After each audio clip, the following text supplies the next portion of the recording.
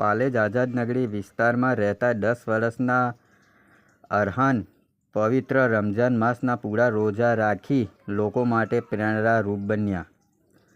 પાલેજમાં આવેલી આઝાદ નગરીમાં 10 વર્ષના અરહાને પૂરા મહિનાના રોજા રાખી અલ્લાહની બંદગી કરી.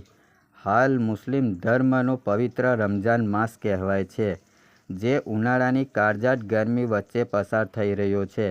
આ કાળઝાળ ગરમીમાં લોકો પોતાની ભૂખ તરસા રહેવાની ક્ષમતા ગુમાવી દે છે, ત્યારે પાલેજ આઝાદ નગરી વિસ્તારના 10 વર્ષના માસૂમ બાળક અરહાન રફીક ચૌહાણે પૂરા રમઝાન માસના રોજા રાખી અને સાથે સાથે રોજાની 5 વખતની નમાઝ અને રમઝાનની રાતની વિશેષ નમાઝ જે તરાવીહ કહેવાય છે તે પૂરા માસની અદા કરી.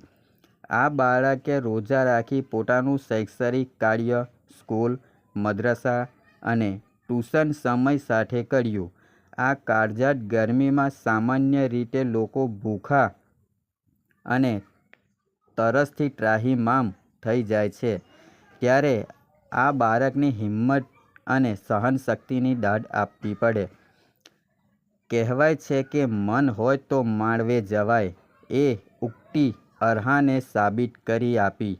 સાથે સાથે દેશમાં અમન અને શાંતિ કાયમ રહે અને હિન્દુ મુસ્લિમ સંપ્રદાયના લોકો હળીમળીને રહી કોમી એકતાનો દીપ પ્રજ્વલિત કરે એ માટે વિશેષ દુઆ ગુજારી હતી.